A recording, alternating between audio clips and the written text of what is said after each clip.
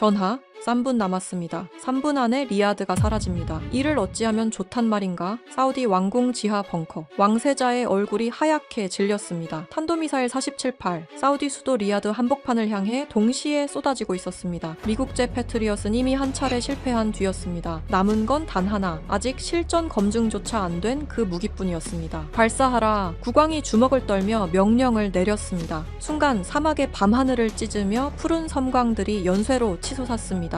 그리고 믿을 수 없는 일이 벌어졌습니다. 47발, 단 한 발의 예외도 없이 공중에서 전부 박살이 난 겁니다. 벙커 안이 정적에 휩싸였습니다. 그리고 누군가 한마디를 내뱉었습니다. 이게 한국 무기라고? 도대체 그 밤 사우디를 구한 그 무기의 정체는 뭘까요? 그리고 왜 미국은 이 사실을 감추려 했을까요? 저는 사우디아라비아 국방부 차관을 지낸 파이살 알-라시드입니다. 군 정보국에서 출발해 합참 전략 기획을 거쳤고 왕세자 전하께 직접 안보 보고를 올리는 자리에서 이 나라의 방패를 고르는 일을 맡아왔습니다. 25년 넘게 이 길에 있었습니다. 그런데 그날 밤 척추를 타고 올라온 서늘함만큼은 어떤 전장에서도 느끼지 못한 종류였습니다. 공포라는 한 단어로는 부족합니다. 내가 쌓아올린 이 나라의 안보 체계가 통째로 무너질 수 있다는 내장이 비틀리는 종류의 전율이었습니다. 그날 리야드는 이상하리만큼 고요했습니다. 킹 파하드 대로변 카페에서 대취하자 커피 연기가 피어오르고 왕궁 외곽 순찰로에는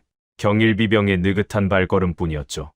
평범한 아라비아의 밤이었습니다. 밤 9시를 간 넘겼을 때 관저 책상 위 직통 전화기가 울렸습니다. 합참 지하 작전실에서 오는 코드 레드 회선. 이 전화가 울리면 뜻은 하나입니다. 나라가 위험하다는 거죠. 수화기 너머로 먼저 들어온 건 장교의 목소리가 아니라 실전 공습 경보음이었습니다. 차관님, 이란 본토에서 대규모 발사 징후가 동시다발로 포착됐습니다. 탄도탄, 순항미사일, 자폭드론 합산 수십 발 이상, 전부 리야드 방향입니다. 보고서를 쥐고 있던 손이 돌처럼 굳었습니다. 저는 대기 중이던 방탄 차량에 뛰어올라 왕궁으로 질주했습니다. 시내 곳곳에서 사이렌이 터지고 있었죠. 왕세자 전하를 모시고 지하 벙커로 내려가 이중 방폭문이 닫히는 순간 초대형 전술 스크린 12개가 일제히 켜졌습니다. 이란 현대 기지 여러 곳에서 쏟아져 나온 붉은 표식들이 화면을 뒤덮고 있었습니다. 핏물을 쏟아부은 것처럼 무수한 점들이 리야드를 향해 밀려왔습니다.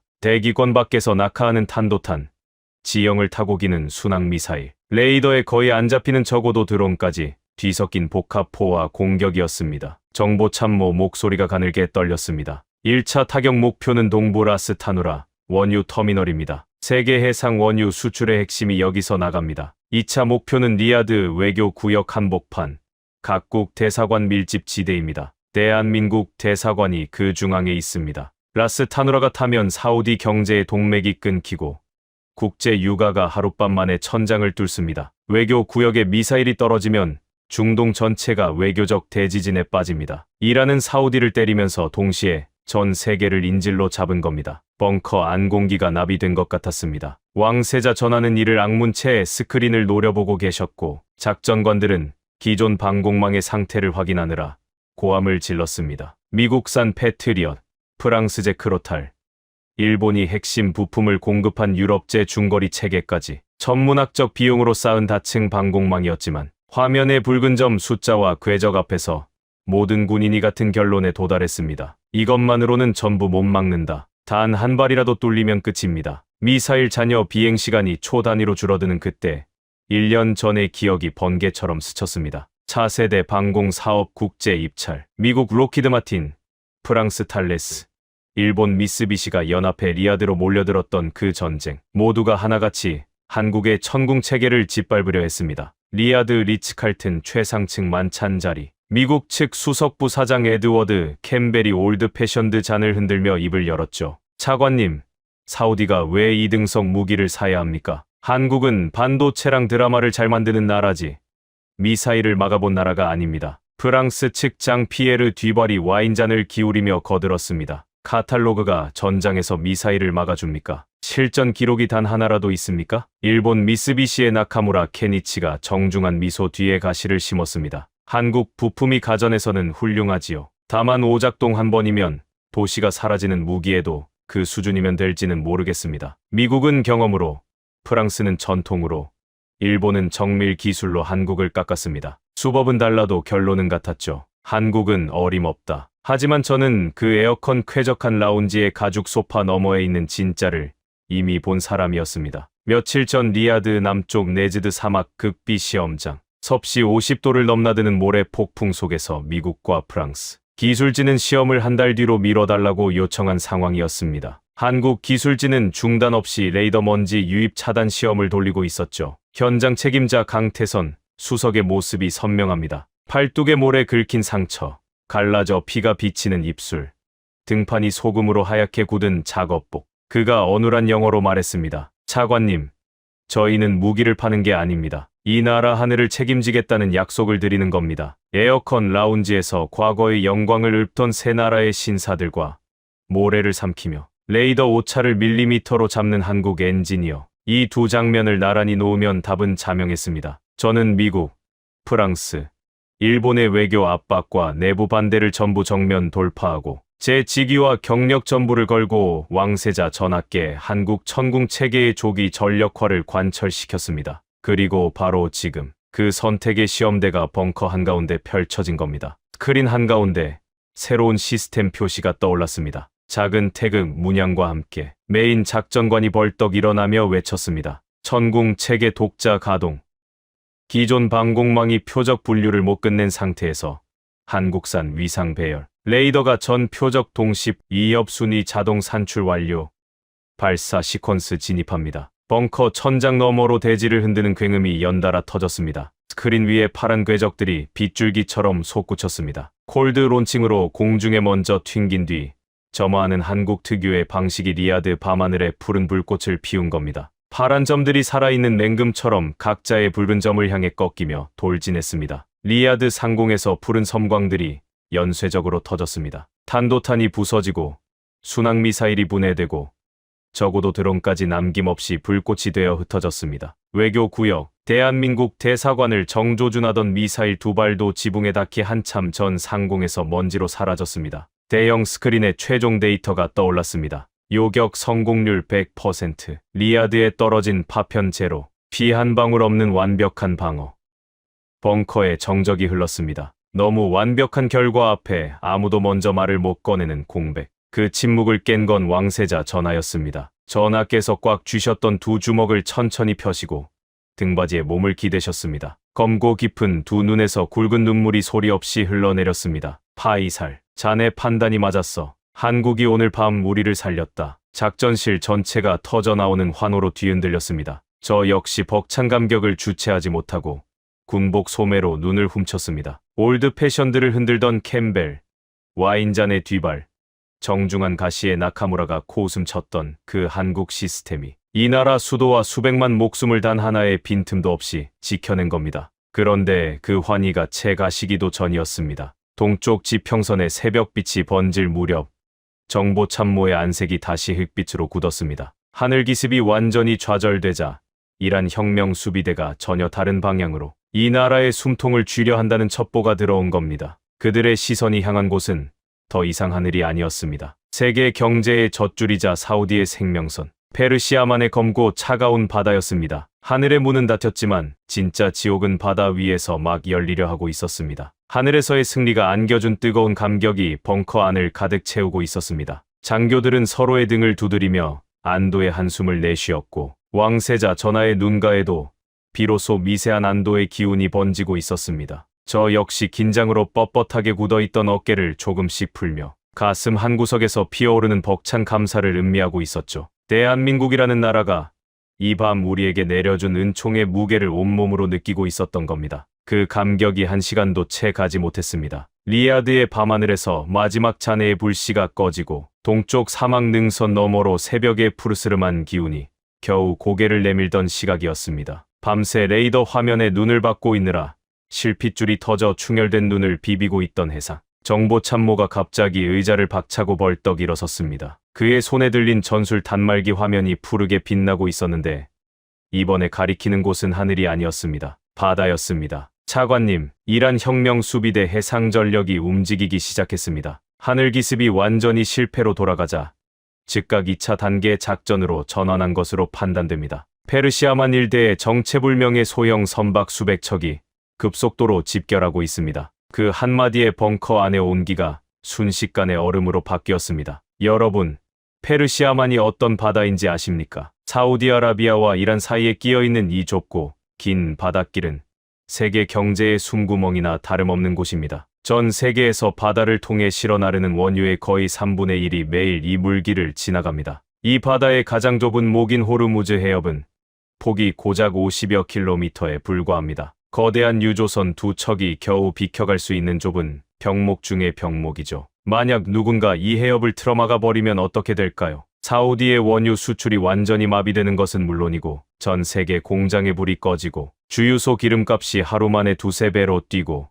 지구 반대편 서울의 택시 미터기까지 영향을 받게 됩니다. 이 좁은 바닷길 하나가 전 세계 70억 인구의 일상을 쥐고 흔들 수 있는 그런 급소인 겁니다. 이란은 하늘에서 정면으로 주먹을 날렸다가 코피를 터뜨린 뒤 이번에는 가장 치사하고 야비한 방법을 택한 겁니다. 우리의 경제 혈관을 서서히 틀어쥐고 피를 말리는 전략이었습니다. 스크린을 해상 전술 모드로 전환하라고 소리쳤습니다. 화면이 바뀌는 순간 눈앞에 펼쳐진 광경에 저도 모르게 신음이 새어나왔습니다. 페르시아만 전역에 걸쳐 수백 개의 작은 점들이 무질서하게 움직이고 있었습니다. 이란은 수천 톤짜리 구축함이나 호위함을 정정당당하게 끌고 나온 것이 아니었습니다. 대신 그들이 풀어놓은 것은 정체를 알 수 없는 소형 고속정 수백 척이었습니다. 생김새는 평범한 어부의 나룻배나 작은 레저용 보트와 다를 바가 없었습니다. 군함에 군자도 붙어있지 않았고 군복을 입은 인원도 보이지 않았습니다. 그냥 바다 위에 떠있는 여느 민간 선박처럼 보였죠. 그런데 속도가 문제였습니다. 그 작은 배들이 시속 100km가 넘는 미친 듯한 속도로 바다 위를 가르고 있었습니다. 물살을 쪼개는 게 아니라 수면 위를 날아다닌다는 표현이 맞을 정도였습니다. 그리고 정보 분석관이 위성 영상을 확대하자 소름이 돋았습니다. 그 작고 평범해 보이는 배들의 갑판 덮개 아래에 중화기관 총과 대전차 로켓이 장착되어 있었고 일부 선박에는 소형 어뢰까지 적재되어 있었습니다. 양의 탈을 쓴 늑대가 수백 마리 풀려 나온 겁니다. 놈들의 전술은 간교했습니다. 우리 사우디 국기를 달고 페르시아만을 지나는 거대한 유조선 곁에 바짝 달라붙어 위협 기동을 하다가 이쪽에서 대응하려는 순간 미끄러지듯 수면 위를 튕겨나가며 사라지기를 반복했습니다. 직접 때리지는 않지만 시퍼런 칼날을 목덜미에 들이대고 있는 꼴이었습니다. 언제든 찌를 수 있다는 무언의 위협이었죠. 이 소식이 전파되자 바다가 순식간에 얼어붙었습니다. 글로벌 해운사들이 줄줄이 페르시아만 운항 중단을 선언했습니다. 해상 보험료가 몇 시간 만에 10배 가까이 폭등했습니다. 원유를 실어 나르던 초대형 유조선들이 해협 입구에서 닻을 내리고 꼼짝도 하지 않았습니다. 총 한 발 쏘지 않고도 사우디의 경제 동맥이 막혀가고 있었던 겁니다. 우리 해군이 긴급 출동했습니다. 수천 톤급 호위함과 초계함이 최대 속력으로 페르시아만을 향해 달려갔죠. 하지만 이건 코끼리한테 파리채를 쥐어준 격이었습니다. 덩치 큰 우리 군함이 그 빠르고 작은 고속정 수백 척을 하나하나 쫓아다닌다는 것 자체가 불가능했습니다. 놈들은 우리 군함이 접근하면 거미줄처럼 사방으로 흩어졌다가 군함이 돌아서는 순간 다시 상선들 곁으로 달라붙었습니다. 마치 모기떼가 사람을 미치게 만드는 것과 같았습니다. 한 마리를 잡으려 손바닥을 휘두르면 이미 세 마리가 다른 곳을 물고 있는 시기였죠. 우리 해군은 넓디 넓은 바다 위에서 끝없는 술래잡기에 갇혀버렸습니다. 그런데 우리를 진짜 벼랑 끝으로 몰아넣은 건 이 모기떼가 아니었습니다. 정보 참모가 추가 첩보를 보고하는 순간 벙커 안의 공기가 한 번 더 얼어붙었습니다. 이란이 낡은 민간 화물선으로 위장한 대형 선박의 화물칸 안에 수십 대의 자폭 드론을 숨겨놓고 바다 위를 떠돌게 하고 있다는 정보였습니다. 겉으로는 녹슨 컨테이너를 실은 평범한 화물선인데 그 철판 아래에는 날개를 접은 채 출격 명령을 기다리는 드론들이 벌집처럼 빼곡히 들어차 있었던 겁니다. 한마디로 바다 위를 떠도는 이동식 미사일 기지를 만들어 놓은 것이었습니다. 육지에서 드론을 날리면 발사 지점이 즉각 노출되어 천궁체계의 반격을 받게 되니까 수천 척의 민간 선박 사이에 섞어놓고 눈에 띄지 않게 바다를 떠돌며 때를 기다리게 한 겁니다. 이 유령 선박이 대체 어디에 있는지 언제 갑판을 열고 드론대를 쏟아낼지 전혀 알 수가 없었습니다. 페르시아만 위에는 이 시각에도 합법적으로 운항하는 민간 선박이 수천 척 떠 있었습니다. 그 속에서 드론을 품은 위장 모함을 찾아내는 건 모래사장에서 특정한 모래알 하나를 골라내라는 것과 다를 바가 없었습니다. 어느 순간 저 화물선의 철판이 열리고 수십 대의 드론이 우리 유전 시설을 향해 혹은 다시 리아드를 향해 날아올 수 있다는 사실. 그게 벙커 안의 모든 사람을 미치게 만들고 있었습니다. 천궁이 하늘에서 만들어낸 완벽한 승리가 바다라는 전혀 다른 전장에서 무의미해질 수 있다는 공포. 총성 한 발 없이 우리 경제의 피가 말라가고 보이지 않는 적이 언제든 하늘의 공포를 재현할 수 있다는 이중의 악몽이 동시에 조여오고 있었습니다. 하늘의 문은 분명히 걸어 잠갔습니다. 하지만 바다 밑에서 올라오는 이 차갑고 끈적한 공포는 하늘에서 쏟아지던 미사일보다 어쩌면 더 잔인한 것이었습니다. 바다 위의 위장 드론 모함, 이 보이지 않는 유령을 찾아내지 못하면 우리는 영원히 이란의 칼끝 위에서 살아야 합니다. 왕세자 전하께서 끝내 평정심을 잃으셨습니다. 책상을 거칠게 내리치시며 명령하셨습니다. 정찰기란 정찰기는 전부 띄워라. 레이더를 최대 출력으로 돌려서 저 위장 선박들을 당장 찾아내란 말이다. 저는 즉시 우리 사우디가 보유한 최신 해상 초계기와 조기 경보기를 전부 페르시아만 상공으로 출격시켰습니다. 미국에서 도입한 P8 포세이돈 해상 초계기, 프랑스제 해상 감시 레이더, 그리고 일본이 핵심 전자 부품을 납품한 유럽제 다목적 정찰 체계까지 대당 수천억 원을 호가하는 세계 최정상급이라는 이름이 붙은 장비들이었습니다. 도입 당시 미국 측 캠벨이 뭐라고 했는지 기억납니다. 위성턴 펜타곤에서 검증된 세계 최고의 해상 감시 능력이라고 가슴을 쳤었죠. 프랑스의 뒤발도 거들었습니다. 지중해에서 북해까지 유럽의 바다를 30년간 지켜온 시스템이라고. 일본의 나카무라 역시 자신들이 공급한 적외선 탐색 소자가 바다 위의 바늘도 찾아낸다고 자부했습니다. 저는 그 잘난 시스템들이 이 절박한 상황을 돌파해 줄 것이라는 일말의 희망을 붙잡고 초조하게 보고를 기다렸습니다. 하지만 시간이 흐를수록 돌아오는 보고의 내용은 참혹 그 자체였습니다. 출격 2시간이 지나도 3시간이 지나도 우리 공군 해상작전 사령관의 목소리에는 절망만 짙어져 갔습니다. 차관님, 식별이 안 됩니다. 페르시아만에 지금 이 순간 떠있는 민간 선박이 수천 척입니다. 우리가 가진 레이더는 개활대양에서 대형 군함이나 잠수함의 금속 반응을 탐지하는 데 최적화되어 있습니다. 그런데 이란의 고속정과 위장모함은 선체가 나무나 강화 플라스틱 재질이 섞여 있어서 레이더 반사 신호가 주변 파도와 구분이 안 됩니다. 화면에 찍히는 수천 개의 점들이 전부 똑같이 보입니다. 어떤 게 고기잡이 어선이고 어떤 게 드론을 품은 늑대인지 분간할 방법이 없습니다. 그의 목소리가 한 톤 더 가라앉았습니다. 적외선 탐색도 시도했습니다. 하지만 페르시아만은 수온이 높고 낮 동안 태양열을 머금은 선박 수천 척이 전부 비슷한 열 신호를 뿜어내고 있습니다. 일본제 적외선 소자의 해상도로는 무장 선박과 일반 어선의 열 패턴 차이를 구별해내는 것이 물리적으로 불가능합니다. 우리는 지금 한낮에 사막에서 선글라스를 벗고 특정 모래알 하나를 찾으라는 명령을 받은 것이나 마찬가지입니다. 그 참담한 보고를 듣는 순간 저는 이를 너무 세게 악문 나머지 잇몸에서 피가 배어나오는 것을 느꼈습니다. 천문학적인 국가 예산을 쏟아부어 사들인 미국의 자존심, 프랑스의 전통, 일본의 정밀함, 세계 최고라는 이름을 달고 온 그 화려한 장비들이 실전이라는 잔인한 시험대 앞에서, 그것도 적의 야비한 비대칭 전술 앞에서 그저 비싸고 무거운 고철 덩어리에 불과하다는 진실을 뼈로 깨달은 겁니다. 리츠칼튼 라운지에서 올드 패션들을 흔들며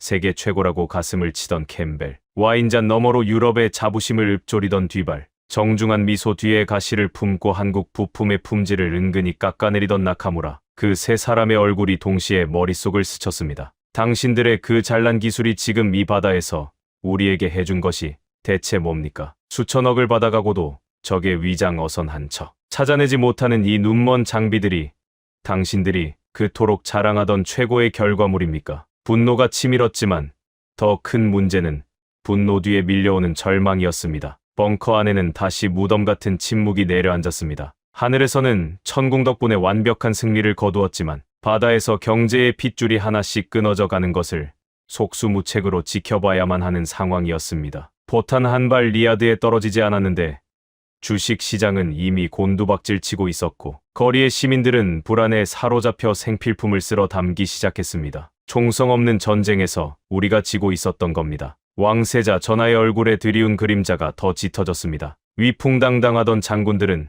고개를 떨구었고 아무도 해법을 내놓지 못했습니다. 바다를 잃으면 이 나라는 숨을 쉴 수 없습니다. 사막 위에 세운 이 찬란한 왕국도 석유가 흐르지 않으면 신기루처럼 사라지는 겁니다. 도대체 어떻게 해야 합니까? 저 수천 척의 배속에 숨은 적의 심장을 어떻게 찾아냅니까? 바다 위의 모깃대를 어떻게 쓸어버리고 숨어있는 유령드론 모함을 어떻게 끄집어냅니까? 모두가 답을 잃은 채 체념의 쓴맛을 삼키려던 바로 그 순간이었습니다. 굳게 닫혀있던 벙커의 육중한 강철 출입문이 묵직한 금속음을 내며 안쪽으로 열렸습니다. 벙커 안의 모든 시선이 일제히 그쪽으로 쏠렸습니다. 그리고 그 문 너머에서 사막의 열기를 온몸에 두르고 검게 그을린 얼굴 위로 매의 눈빛을 번뜩이는 한 사내가 성큼 걸어 들어왔습니다. 그 사내의 어깨는 떡 벌어져 있었고 굳은 살이 단단히 박힌 두 손이 주먹을 가볍게 쥔 채 양옆에 붙어 있었습니다. 짙은 사막 위장복 위로 모래먼지가 얇게 앉아 있었지만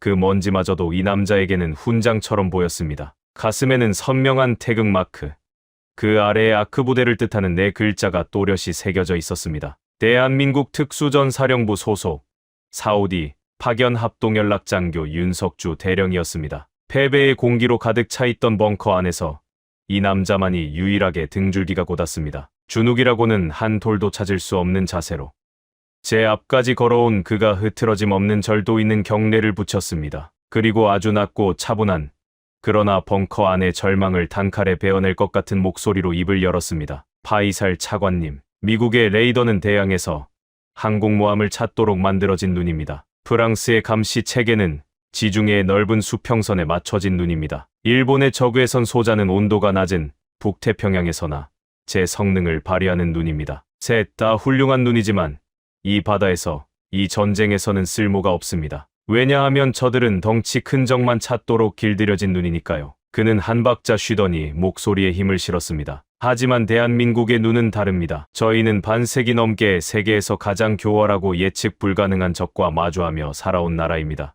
북한이 수백 척의 고속정과 잠수정으로 기습해 올 수 있는 서해 바다에서 파도와 어선 사이에 숨은 적의 미세한 흔적까지 잡아내는 기술을 피눈물로 만들어낸 나라입니다. 그의 거친 손에 검은색 특수보안 저장 장치가 하나 쥐어져 있었습니다. 방금 전 대한민국이 독자 기술로 쏘아 올린 다목적 정찰 위성과 초정밀 전자광학 위성 네트워크가 페르시아만 전역의 해상 데이터 스캔을 완료했습니다. 벙커 안이 술렁였습니다. 저는 그 말의 의미를 즉각 알아들었지만 차마 믿기 어려워 되물었습니다. 스캔을 완료했다니 그게 무슨 뜻입니까? 윤석주 대령의 입꼬리가 아주 미세하게 올라갔습니다. 적에게는 사신의 미소이고 우리에게는 구원자의 미소였습니다. 단순히 위에서 사진을 찍은 게 아닙니다. 이란이 아무리 나무판자와 어망으로 배를 감싸고 민간 어선처럼 꾸며놓아도 배 안에서 뿜어져 나오는 비정상적인 열화상 패턴까지는 숨기지 못합니다. 무장 고속정의 엔진은 일반 어선과 발열 구조가 다르고 드론 모함의 화물칸 내부 온도는 너와 완전히 다른 열 지문을 남깁니다. 거기에 더해 놈들이 주고받는 군용 암호 통신의 미세한 전파 징후까지 우리 위성이 전부 잡아냈습니다. 그가 보안 장치를 높이 들어 올렸습니다. 이 안에 이란의 무장 고속정 전 척의 정확한 좌표와 위장 드론 모함 세 척의 실시간 위치가 담겨 있습니다. 수천 척의 민간 선박 속에서 놈들만 골라내어 발가벗겨 놓았습니다. 하나도 빠짐없이 순간 멈춰있던 제 심장이 미친 듯이 뛰기 시작했습니다. 미국의 눈으로도 프랑스의 눈으로도 일본의 눈으로도 찾지 못한 적을 대한민국이 우주에서 내려다보며 한 척 남김없이 잡아낸 겁니다. 수천억 원짜리 서방 정찰기가 하늘에서 허둥대는 사이 한국의 위성은 우주 궤도에서 바다 위의 모든 거짓말을 벗겨내고 있었던 것이었습니다. 벙커 안의 참모들이 믿을 수 없다는 탄성을 터뜨렸습니다. 왕세자 전하의 두 눈에 꺼져가던 불씨가 다시 활활 타오르기 시작했습니다. 하지만 윤석주 대령은 여기서 끝내지 않았습니다. 그가 저를 똑바로 바라보며 말을 이었습니다. 차관님, 군인은 적을 찾기만 하고 끝내지 않습니다. 그건 형제의 도리가 아닙니다. 그는 보안 장치를 전술 콘솔에 연결하며 말을 계속했습니다. 대한민국이 이곳 사우디 해안에 전진 배치해둔 해안 방어 유도 무기 체계가 있습니다. 비궁이라는 이름의 시스템입니다. 비궁. 그 이름을 처음 들었을 때는 어떤 무기인지 감이 잡히지 않았습니다. 윤석주 대령이 간결하게 설명했습니다. 차관님, 대한민국은 지난 수십 년간 북한이 수백 척의 고속정을 앞세워 서해안을 기습하는 시나리오에 대비해왔습니다. 바다 위에 모깃대를 한 방에 쓸어버릴 무기가 필요했고, 그래서 한국의 기술 진입뼈를 깎아 만들어낸 게 바로 이 비궁입니다. 한 번에 수십 발의 유도 로켓을 동시에 쏟아내어 고속정의 엔진 열을 끝까지 추적하고 박살냅니다. 발사하면 사수는 잊어버려도 됩니다. 로켓이 알아서 끝까지 쫓아가서 숨통을 끊으니까요. 말하자면 이란이 벌이고 있는 이 모깃대 전술을 한국은 이미 반세기 전부터 예상하고 대비해 온 셈이었습니다. 그 대비의 결정체가 비궁이었던 거죠. 그리고 윤석주 대령은 마지막으로 목소리를 한 톤 낮추며 덧붙였습니다. 비궁만이 아닙니다. 우리 합동연락단 소속 해상 특수작전 요원들이 이미 어둠 속에서 출격 준비를 마쳤습니다. 위성이 찍어준 드론 모함의 좌표를 향해 보이지 않는 곳에서 보이지 않는 방법으로 접근할 겁니다. 그가 왕세자 전하와 저를 번갈아 바라보았습니다. 사막의 열기에 그을린 그 얼굴 위로 천둥같이 묵직한 한마디가 떨어졌습니다. 명령만 내려주십시오. 형제의 바다를 더럽힌 대가가 무엇인지 대한민국의 이름으로 보여드리겠습니다. 왕세자 전하께서 굳은 표정으로 천천히 고개를 끄덕이셨습니다. 그리고 벙커 안 모두가 숨을 죽인 가운데 전하의 음성이 울렸습니다. 허락한다. 한국의 무기와 병력의 전면 작전 투입을 승인한다. 윤석주 대령의 손가락이 전술 콘솔의 통신 버튼을 눌렀습니다. 해안 방어 진지, 타격 개시, 수작전 조, 침투 돌입. 단 두 마디였습니다. 그러나 그 짧은 명령 속에 담긴 것은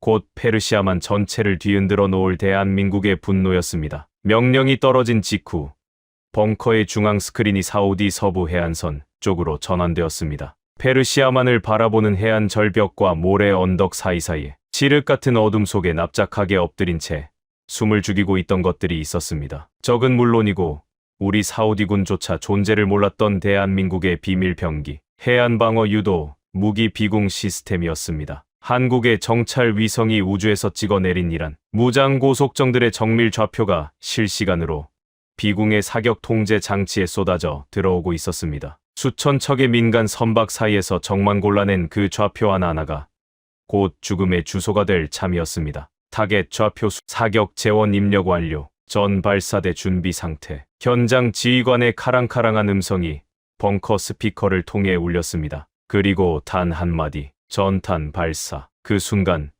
벙커 스크린 전체가 하얀 섬광으로 뒤덮였습니다. 해안선을 따라 은폐되어 있던 비궁 발사 차량들에서 70mm 유도 로켓 수십 발이 동시에 치솟았습니다. 깜깜한 밤바다를 향해 붉은 꼬리를 그으며 날아오른 로켓들의 모습은 마치 성난벌떼가 둥지에서 한꺼번에 쏟아져 나오는 것 같았습니다. 로켓들은 일직선으로 날아가지 않았습니다. 바다 수면을 아슬아슬하게 스치듯 낮게 비행하다가 스스로 궤적을 꺾고 휘어지며 각자의 표적을 향해 쇄도했습니다. 위성이 찍어준 좌표를 향해, 그리고 저 고속정의 엔진이 뿜어내는 열을 끝까지 물고 늘어지며 달려갔습니다. 이란의 고속정들은 자기 머리 위로 사신이 내려오고 있다는 것도 모른 채 여전히 사우디 유조선 곁을 들쑤시며 기고만장하게 돌아다니고 있었습니다. 놈들의 야비한 위장은 우주에서 내려다보는 한국의 눈앞에서 이미 벗겨진 지 오래였지만 놈들 자신은 그 사실조차 모르고 있었던 겁니다. 명중 5초 전 4,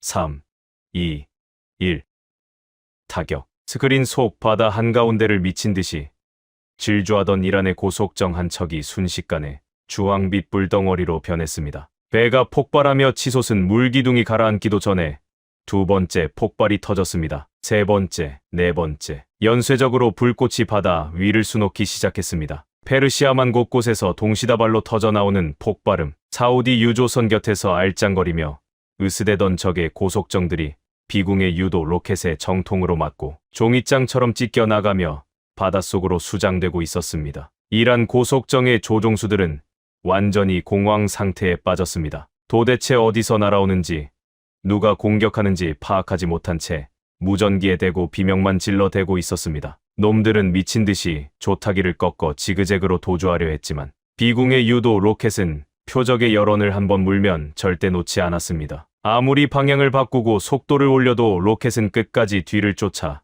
정확히 엔진 위에서 터졌습니다. 미국의 포세이돈이 하늘에서 눈알만 굴리고 있을 때, 프랑스의 감시 레이더가 파도와 어선을 구분하지 못해 헤매고 있을 때, 일본의 적외선 소자가 뜨거운 바다, 온도의 무용지물이 되어 있을 때 대한민국의 비궁은 단 한 차례의 사격으로 수십 척의 적 고속정을 잿더미로 만들어 버렸습니다. 벙커 안에서 환호성이 터져 나왔습니다. 하지만 이란이 순순히 물러날 리가 없었습니다. 소형 고속정이 전멸하자 궁지에 몰린 이란의 위장드론 모함 3척이 최후의 발악을 시작했습니다. 위성화면 속에서 낡은 화물선으로 위장하고 있던 놈들의 갑판 덮개가 스르륵 열렸습니다. 그 안에 벌집처럼 빼곡히 들어차 있던 자폭 드론 수십 대가 일제히 프로펠러를 돌리며 이륙 준비에 들어갔습니다. 정보 참모가 다급하게 소리쳤습니다. 적 드론 모함 갑판 개방. 1분 내로 수십 대가 공중에 뜹니다. 모두의 안색이 다시 하얗게 변하려던 순간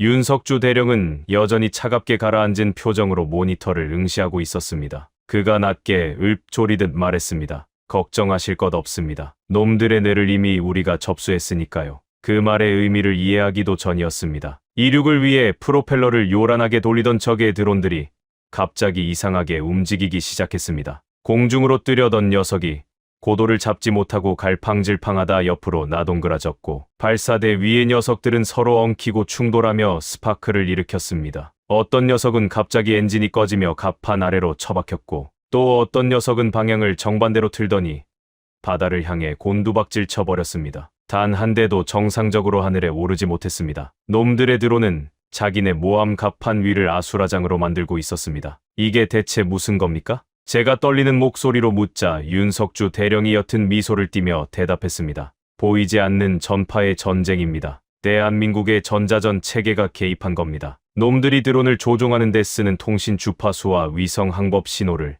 저희 위성과 지상 통제소가 실시간으로 잡아내서 교란시켜 버렸습니다. 쉽게 말씀드리면 놈들의 리모컨을 우리가 빼앗아서 마음대로 주무르고 있는 겁니다. 저 깡통들은 이제 날개가 달려 있어도 날지 못하는 고철 덩어리일 뿐입니다. 총 한 발 쏘지 않고 적의 무기를 그 자리에서 바보로 만들어 버리다니. 눈에 보이지도 않는 전파의 영역에서조차 대한민국은 이란을 완벽하게 농락하고 있었던 겁니다. 놈들의 모함 갑판 위는 자기들이 날리려던 드론끼리 부딪혀 터지면서 발생한 화재로 시뻘겋게 타오르고 있었고 이란 병사들은 불을 끄느라 아비규환의 지옥을 겪고 있었습니다. 그런데 진짜 소름 돋는 일은 그 불길 속이 아니라 아무도 보지 못하는 칠흑의 바다 위에서 벌어지고 있었습니다. 벙커 한쪽 구석에 따로 띄워진 특수 작전용 열화상 모니터. 그 화면 속에서 믿기 어려운 그림자들이 움직이고 있었습니다. 이란의 위장 드론 모함 중 가장 덩치가 큰 기암의 선미 쪽 수면 위로 검은 고무 보트 두 척이 유령처럼 소리 없이 미끄러져 다가가고 있었습니다. 보트 위에는 머리부터 발끝까지 검은 잠수복과 전술 장비로 무장한 사내들이 바닥에 납작 엎드려 있었습니다. 대한민국 특수전 사령부 소속 사우디 파견 합동연락단 해상팀들이었습니다. 낮에는 사우디 군과 합동 훈련을 하고 밤에는 사막의 열기 속에서 잠도 줄여가며 체력을 단련하던 그 사람들이었습니다. 그들의 입에는 숨을 쉴 때 기포조차 올라오지 않게 해주는 폐쇄형 호흡기가 물려 있었고 보트의 전기 모터는 파도 소리에 완전히 묻힐 만큼 조용했습니다. 완벽한 은밀 접근이었습니다. 적 모함에 다가간 요원들은 갈고리 달린 특수 로프를 소리 없이 갑판 난간에 걸었습니다. 그리고 10m가 넘는 가파른 철제 선체를 순식간에 기어 올랐습니다. 발소리 하나, 장비 부딪히는 소리 하나 나지 않았습니다. 만약 위에서 경비병 한 명이라도 눈치챈다면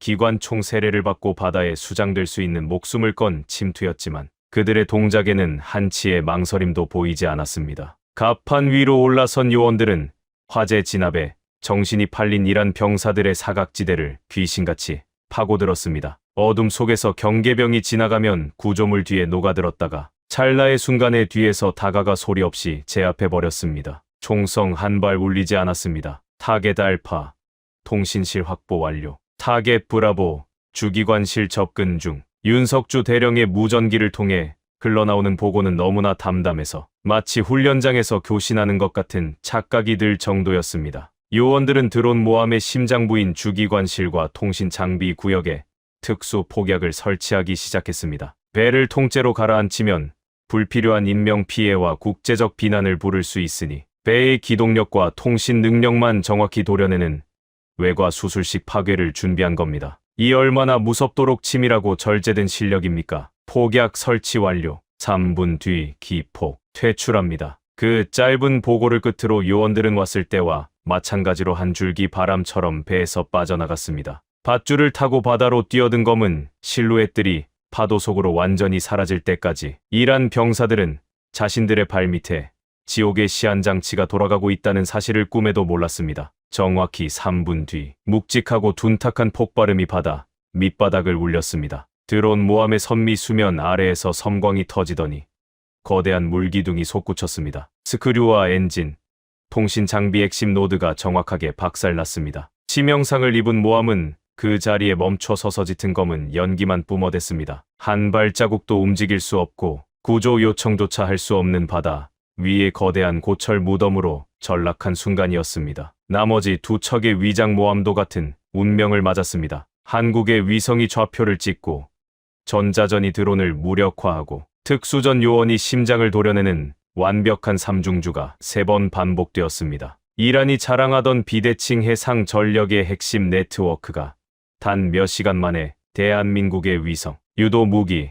전자전, 특수부대가 연주한 완벽한 합주 앞에 처참하게 무너져 내렸습니다. 벙커 안에 숨소리 하나 들리지 않는 정적이 흘렀습니다. 너무도 압도적인 승리, 너무도 완벽한 응징 앞에 모두가 넋이 나간 사람처럼 스크린만 바라보고 있었습니다. 수천억 원짜리 미국 정찰기가 바다 위에서 헤매고 프랑스 레이더가 파도에 솟고 일본 저그해선 소자가 열기에 눈이 먼 그 바다에서 대한민국은 우주의 눈으로 적을 꿰뚫고 불의 화살로 적을 태우고 보이지 않는 전파로 적을 미치게 만들고 소리 없는 그림자로 적의 심장을 도려냈습니다. 그것이 바로 한국이었습니다. 그날 오후 전 세계를 공포로 몰아넣었던 이란 외교부에서 아주 짧고 궁색한 공식 성명이 하나 발표되었습니다. 페르시아만의 평화와 안정을 위해 일시적으로 실시하던 해상 군사훈련을 전면 중단하고 병력을 철수시키기로 결정했다. 외교적 수사로 교묘하게 포장하려 했지만 25년을 안보 일선에서 보낸 제 귀에는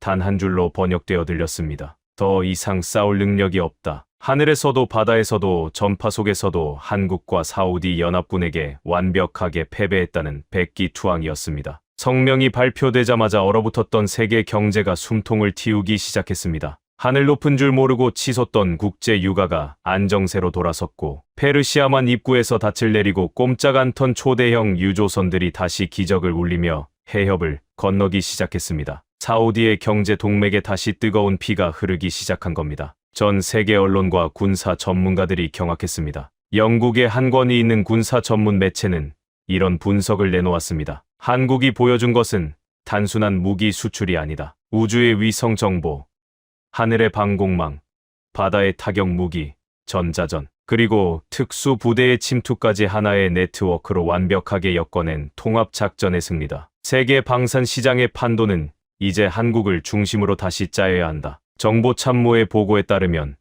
리츠칼튼에서 올드 패션들을 흔들던 미국의 캠벨, 와인잔을 기울이던 프랑스의 뒤발, 정중한 가시의 일본 나카무라, 이 세 사람은 이란의 철수 성명이 나오자마자 리야드에서 짐을 쌓아 도망치듯 출국했다고 합니다. 수천억 원짜리 자국산 해상 초계기가 바다 위에서 눈먼 장님 소리를 들은 마당에 얼굴을 들고 다닐 수가 없었겠지요. 입으로만 세계 최고를 떠들던 자들이 말없이 모래바람을 삼키며 실력으로 증명해낸 진짜 강자 앞에서 꼬리를 말고 물러난 겁니다. 참으로 통쾌한 순간이었습니다. 하지만 이 위대한 승리의 이야기가 남긴 진짜 감동은 폭탄이 터지는 전장 위가 아니었습니다. 모든 전투가 끝나고 난 뒤 텅 빈 모래사장 위에서 저를 기다리고 있었습니다. 상황이 완전히 종료되고 며칠이 지난 어느 아침이었습니다. 왕세자 전하께서 공습 첫날 밤 천궁 체계에 의해 요격된 이란 미사일의 잔해가 떨어졌을 수도 있는 리야드 북쪽의 민간 해안 마을을 직접 시찰하시겠다고 나서셨습니다. 그곳은 군사시설이 아니라 평범한 어부들이 그물을 말리고 어린아이들이 맨발로 모래성을 쌓으며 뛰어노는 조용한 공공해변이었습니다. 저는 전하를 호위하며 현장으로 향했습니다. 속으로는 사우디 군의 사후 처리 부대가 이미 해변을 정리하고 있을 것이라 짐작했습니다. 그런데 차에서 내린 순간 저와 왕세자 전하의 눈에 들어온 광경은 예상과 완전히 달랐습니다. 섭씨 50도가 넘는 살인적인 볕 아래 아지랑이가 일렁이는 뜨거운 모래사장 위에 우리 사우디 군인이 아닌 짙은 한국군 위장복 위에 무거운 방호 장비까지 껴입은 사람들이 허리를 숙이고 있었습니다. 대한민국 합동연락단 소속 병사들과 그들과 함께 파견 나와 있던 한국군 공병 대원들이었습니다. 그들이 뭘 하고 있었냐고요. 한 손에는 금속 탐지기를, 다른 한 손에는 작은 집게를 들고 넓은 백사장을 말 그대로 한 뼘 한 뼘 기어다니듯 굴고 있었습니다. 며칠 전 밤하늘에서 천궁 체계가 적의 미사일을 산산조각 냈을 때 대기권에서 타다 남은 손톱만 한 날카로운 금속 파편들이 혹시라도 모래 속에 박혀 있을까봐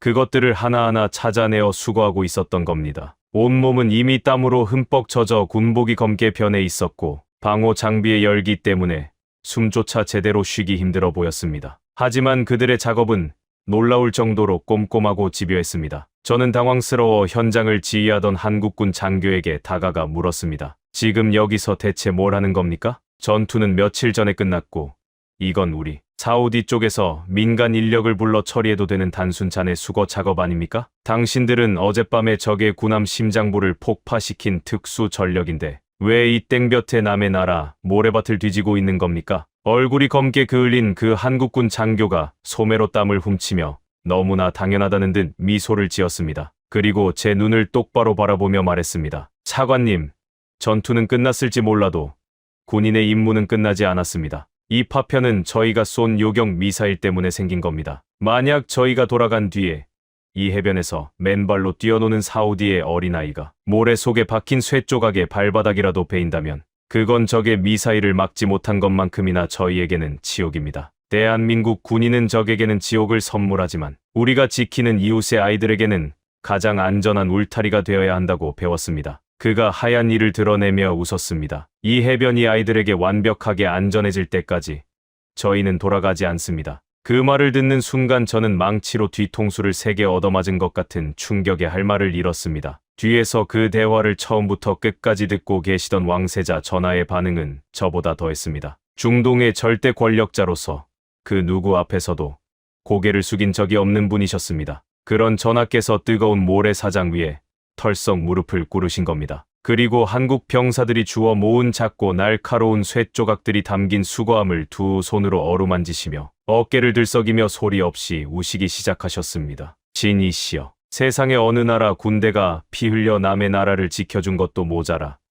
그 나라 아이들의 연약한 발바닥이 다칠까봐 이 볕 아래 쓰레기까지 치워준단 말인가. 전하의 목소리가 떨렸습니다. 미국은 우리에게 청구서를 내밀었고 프랑스는 훈장을 내달라 했고 일본은 교만한 미소를 남기고 갔다. 하지만 한국은 달랐어. 한국은 우리에게 피와 땀과 진심을 남겨주었다. 전하께서 고개를 드시어 수거함 너머로 땀 흘리며 작업 중인 한국 병사들을 바라보셨습니다. 우리는 무기를 산 것이 아니다. 우리는 등을 맡길 수 있는 진짜 형제를 얻은 것이다. 전하의 그 눈물 섞인 음성이 해변의 바람을 타고 퍼져나가는 순간 그 자리에 있던 사우디 경호원들과 수행원들 모두가 고개를 숙이고 눈시울을 붉혔습니다. 저 역시 치밀어 오르는 것을 참지 못하고 한국군 장교의 거칠고 투박한 손을 두 손으로 꽉 잡았습니다. 어둠 속에서는 적의 군함을 폭파하는 차가운 살인 병기, 낮에는 아이들을 위해 볕 아래 모래밭에 파편을 줍는 따뜻한 수호자, 강한 차 앞에서는 한없이 잔혹하지만